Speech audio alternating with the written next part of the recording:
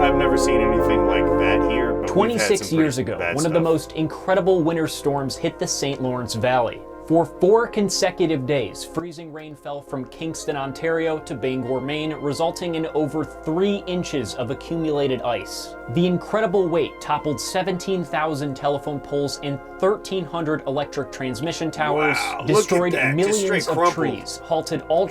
So, I do remember, like a couple of years ago, we had some severe, we had an ice storm that was really bad. And then we had a really bad windstorm that took out quite a few old trees in our neighborhood and around our city. It was really crazy. But seeing like stuff like this, like I was it in France where the ice, the freezing rainstorm was so bad and the wind was so bad it was freezing sideways. Yeah. We'll get back into it. Travel and made the daily routines of modern society nearly impossible in Montreal. Following one of the warmest years on record in Canada, the sudden severity and lengthy duration of the ice storm took many by surprise. Today, we'll investigate the role our friend El Nino played in this devastating event, learn how ice this thick can accumulate in the perfect conditions, and review in depth the indescribable damage from one of the worst natural disasters in Canadian history.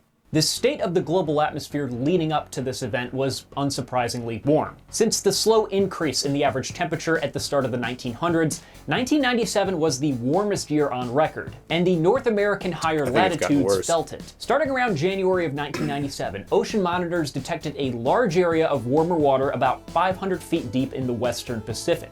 Over the next couple months, this warm water would expand to the surface and eastward, eventually pulling off the coast of Peru. This is called El Nino, and it's a naturally occurring oscillation that happens on average every 3 to 4 years, with some variability. This warmer water was observed as far west as French Polynesia and was as warm as 12 degrees Celsius above normal. As a strong El Nino often does, this powerful oscillation had global consequences. 15 tropical cyclones formed in the South Pacific, double the annual average. In the West Pacific, 11 super typhoons formed between April and December, sporting an accumulated cyclone energy score of 570, a record that still stands to this day. In Canada, an abnormally cold start to the year transitioned into an abnormally warm spring as warmer Pacific air was transported into the Red River Basin. This melted snow and ice at an alarming rate, causing historic floods. Several levees failed in Grand Forks, North Dakota, as the Red River crested to 54 feet, spilling water 3 miles into the city. While the summer stayed comparatively cool in the Midwest, central and eastern Canada saw one of the warmest and driest on record. Nova Scotia saw only 10% of its monthly average rainfall in July, and the Ottawa Valley suffered a similar fate. While this made the growing season more difficult, the mild weather continued well into fall, allowing for a proper extended harvest that Canadians normally don't get to enjoy. As the El Nino only intensified heading into winter, the warmer temperatures were likely to stay. As long-wave troughs in the jet stream meandered across the United States with their associated cyclones below, it became clear that the southwestern and northeastern United States were disproportionately getting hit with heavy snow. On October 25th, a strong surface low developed beneath a cutoff low in the jet stream near the Four Corners, pulling moisture into eastern Colorado. The clash with cold Canadian air resulted in explosive snowfall of over 4 feet in the eastern half of the state. On November 16th, a foot of snow fell in Portland, Maine, after a New England low deepened rapidly when moving off the coast. On Thanksgiving and Black Friday, another cutoff low moved ashore into California, traversing the Rocky Mountains, dropping several feet of snow in central Colorado. On December 3rd, a deep low over Arizona dumped over a foot in the higher elevations of New Mexico and Colorado. This pattern continued over the next several weeks, which concluded with a major winter storm in the Northeast on December 29th. As the cyclone responsible for the snow moved offshore over the Atlantic Ocean, a large-scale change began to occur. A strong surface high containing frigid air from northern Canada began to slide southward into the upper Midwest on New Year's Day. This front was very slow-moving and took 3 days to push down into Kansas, and then it stopped. A significant temperature gradient existed along the front from Abilene, Texas, all the way up to Maine. But you might notice something a bit peculiar about this map. As the Canadian air sagged southward, a secondary area of high pressure was building westward from the Atlantic Ocean to the east of the Carolinas. This high was obviously much warmer than the Canadian high, and it helped to create that stationary front, or non-moving temperature boundary. Now here's where things get interesting and complicated. Directly above like, these are nerd terms and like concepts that I'm barely familiar with. Like, I've watched a lot of weather news, my time, so some of it I understand, but this is super nerd stuff. Yeah, I'm just as bewildered as you are, and I'm not prone to comment on this stuff unless it's like, oh yeah, I remember that. Above this stationary front, the jet stream had actually split, which is somewhat rare. Two jet streaks, or bands of fast-moving air, existed over eastern Quebec and California, but nothing over the central US, which created sort of a holding pattern. The rapid flow of air that high in the atmosphere is what helps to push these storm systems across the country, so that lack of movement meant that the weather at the surface was going to be stagnant. But it didn't mean that it was going to be dry. Back at the surface, the subsiding or sinking air was moving in a clockwise motion around the two areas of high pressure. Right along the stationary front, you had northeasterly winds pushing 45-degree air at the surface. But right at the frontal boundary, they were met by southerly 65-degree air flowing around the Atlantic high. This zone of convergence meant that the warmer air from the Atlantic would rise over top of the colder Canadian air, creating a wide swath of rain. When air converges, it rises, and when it rises, it creates clouds and precipitation. Over an inch of rain fell in western Ohio and central Oklahoma, the areas of strongest convergence. Not only did this pattern create a wide swath of rain, but it also resulted in two other anomalies. One, because of the orientation of the highs, between them was technically a trough of lower pressure. This is a warm inverted trough, and it's pretty rare, much more common down in the tropics. The second anomaly was a deep pocket of warmer air that existed a few thousand feet in the atmosphere above upstate New York. The warmer air from the Atlantic high was lifted as the colder air from the Canadian high stayed near the surface. The next weather system that would move through the area would interact with these anomalous air masses, and the meteorologists recognized this. But they didn't predict a $5 billion disaster. Starting on January 4th, small surface lows would form within the inverted trough over Texas and move along the stationary front. Remember, cyclones move along temperature gradients. While they tracked northeast, they pulled in tons of moisture from the Gulf of Mexico, bringing it into the colder climates where it would fall as rain and snow. The concern here wasn't a major snowstorm. Remember, the jet stream was split, and you need that strong jet stream for a cyclone to turn into a winter storm with high winds and Arctic blast and feet of snow. These weaker lows weren't that, but rather the environment they were moving into was perfect for one of the deadliest forms of precipitation: freezing rain. Yes, this sir. is how freezing rain works in a mid-latitude cyclone. When the Fuck some cyclone freezing forms, rain. let's say over Texas, as they often do in the winter, Snow we can and starts handle. to move Rain, across no the problem. country, Freezing they rain? take on a Nope. very Nope. familiar shape. To the southeast of the low center, it's often rather warm have and hail. dry, but to the north, there exists a swath of precipitation called the deformation zone. Warm air gets pumped northward ahead of the cold front, and it rises and then gets stretched. The low pulls some of it to the west where it wraps around the backside, but some of it gets pushed further east ahead of the warm front. This stretching or deforming is called the deformation zone, and because of this deformation, there is less air and therefore lower pressure in this area. This means that air from the surface is able to quickly rise and condense, creating a large swath of rain and snow. If you look at the GFS weather model, pretty much any point in winter, you can see the telltale deformation zone on the northern side of a forming cyclone. They are a dime a dozen in the United States. But the problem with the deformation zone in the winter is that the zone encompasses both above and below freezing temperatures. If you look at a vertical cross-section of the deformation zone, you can see at the southern end along the warm front, the air is both warmer at the surface and higher up in the atmosphere. But as you move further north, the cold air wedges itself underneath the warm air until it exists within the entire column on the far northern side. Keep in mind that above the 700 millibar level in winter, the air is freezing all around, so all this precipitation starts out as ice crystals above 700 millibars. My question for you is that if precipitation exists in this entire zone, where does it snow and where does it rain? Well, obviously it rains in the warm sector and it snows in the cold sector. And right in the middle, a mix of both: sleet, wintry mix, what have you.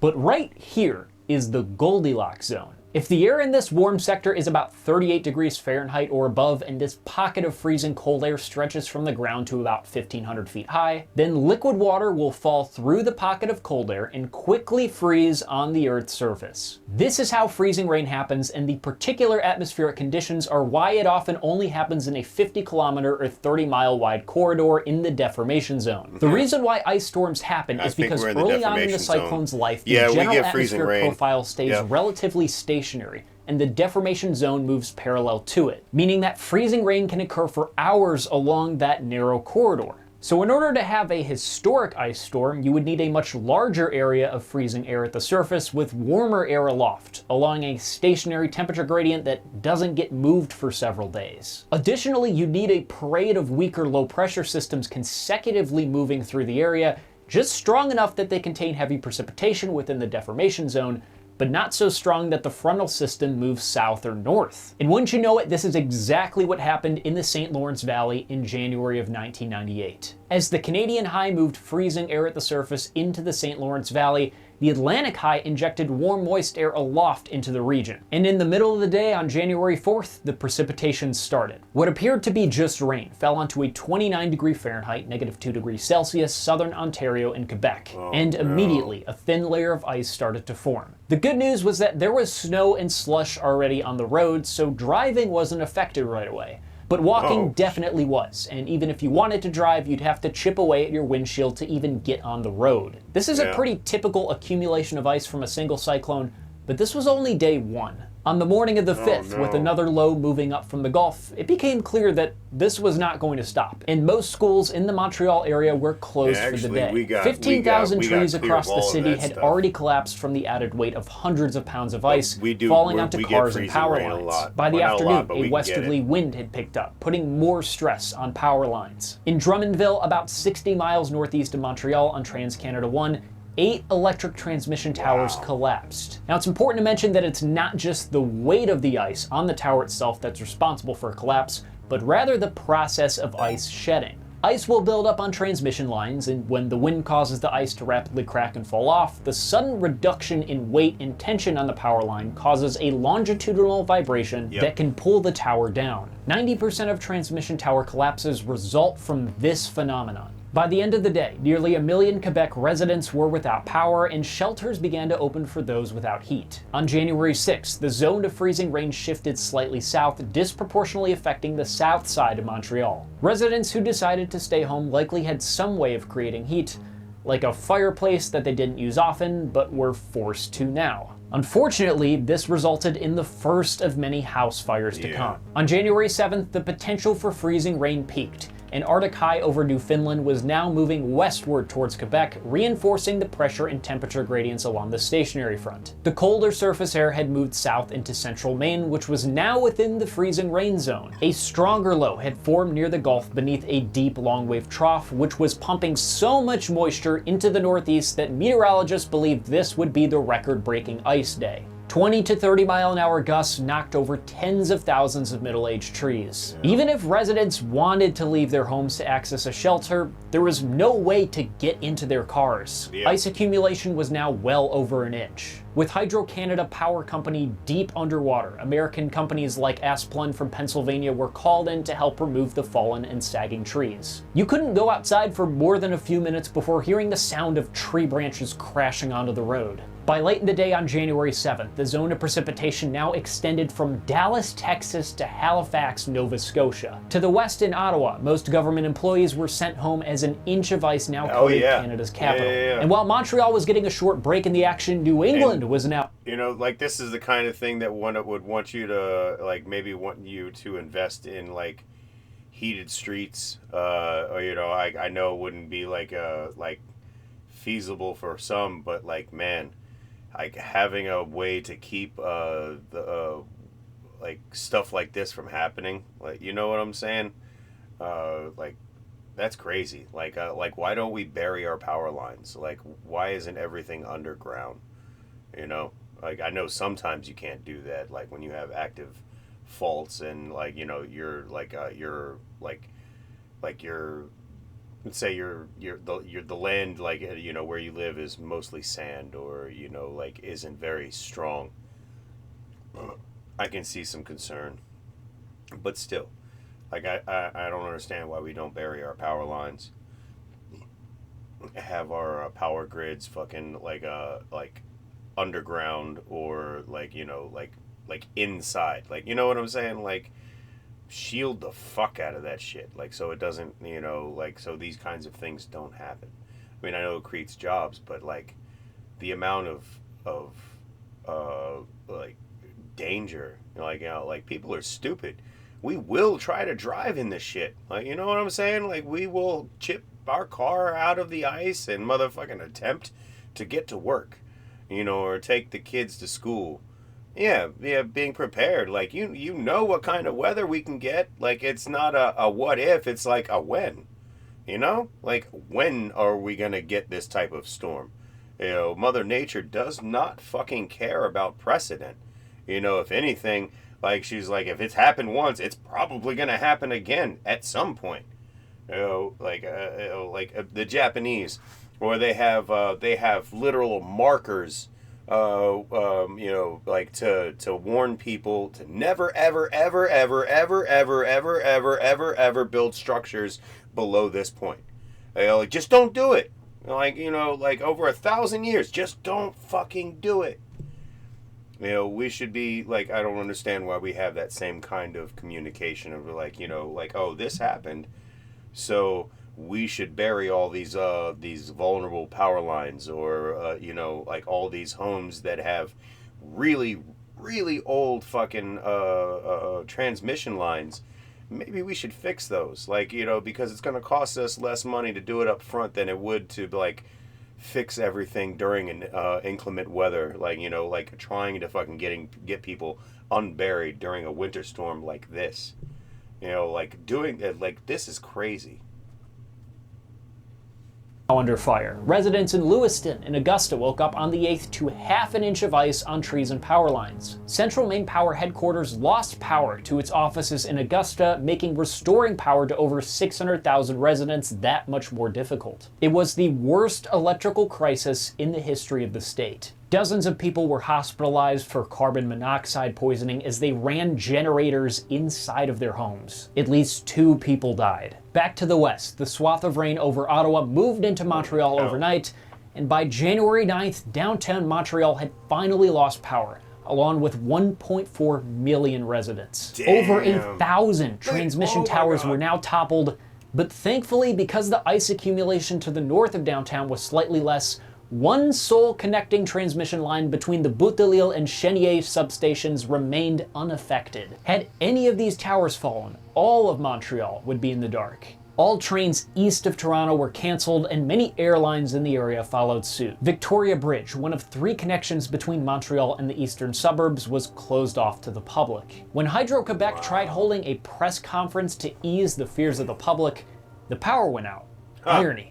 Hundreds of Canadian military members were sent to the South Shore to help make the streets passable. The power outages meant that water filtration plants couldn't do their job, so residents were urged to boil water before consumption, despite having no power or ways to heat their homes. As the air a few thousand feet above the ground was significantly warmer, lightning flashes were reported across the St. Lawrence Valley. Many of the rural areas to the south and east of Montreal were affected way worse than the city itself. Now, when we talk about total ice accretion, it gets a little bit complicated. The shape and thickness of that ice depends on the physical properties of the object it freezes onto. While flat surfaces are likely to have a uniform layer, vertically oriented objects like signs and tree limbs are more likely to form icicles. If you want to learn more about the science of ice accretion, there's a fascinating paper written by the U.S. Army Corps of Engineers. I linked it in the sources below.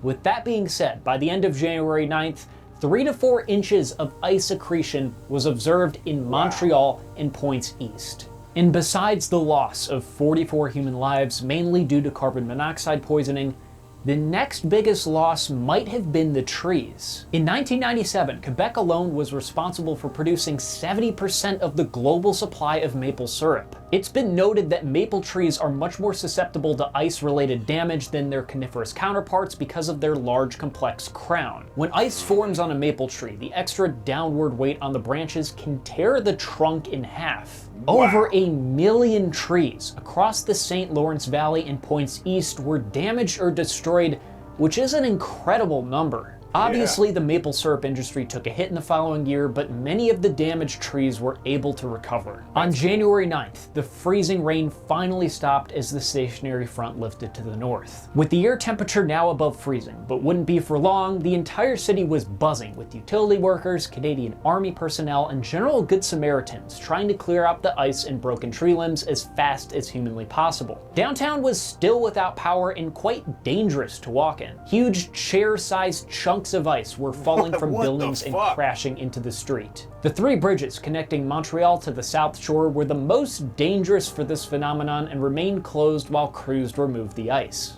But even the construction equipment used to remove the ice had trouble keeping upright. Local small business owners brought free food to the shelters, including Joe Morena of the famous St. Viateur bagel shop. Some areas on the South Shore didn't see power restored for another 3 weeks. But after grueling work put in by Hydro-Canada in sub-freezing temperatures, the power grid was eventually restored to full capacity. Damage estimates from the storm are anywhere from $5 to $7 billion US, which puts this ice storm as one of the costliest natural disasters in Canadian history. A large part of that expense was a result of the 700,000 insurance claims filed by those affected. Despite the record ice storm, the rest of the winter ended up being one of the mildest on record. In fact, 1988 was one of the warmest years in Canada up until that point. That same strong El Nino, which weakened the jet stream over the central US and helped produce that ice storm, also gave Canadians a much-deserved break from the winter cold and snow. A book that I really recommend if you want to see some cool photojournalism and some interesting stories from the event is The Ice Storm by Mark App. It has a fantastic collection of pictures. I especially like seeing these 1980s and 90s Econobox two-wheel drive cars trying to navigate the ice storm. It must have been impossible. I hope you guys learned a little bit more about how El Nino influences our winter. We're in a pretty decent-sized El Nino right now, so we'll see what happens. Hopefully not another ice storm. Hope you guys have a great New Year's, and I'll see you soon. Have a good one, brother man.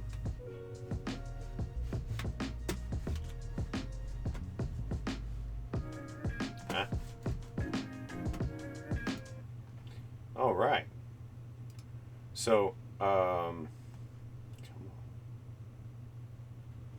that was the biggest freeze, Montreal's catastrophic ice storm of 1998. That was pretty fucking cool. Like crazy how fucking like freak storms like that can happen. Better to be prepared than to try to deal with it when it happens. I know that that's a lot of money to spend, but I mean, a lot of times it pays off to have a little bit of forethought. So give Weatherbox a like and subscribe. It's a good channel. Lots of good content on there, especially if you're at work. It's safe, safer work content. So like, be like, hey boss, look at this. This is fucked up.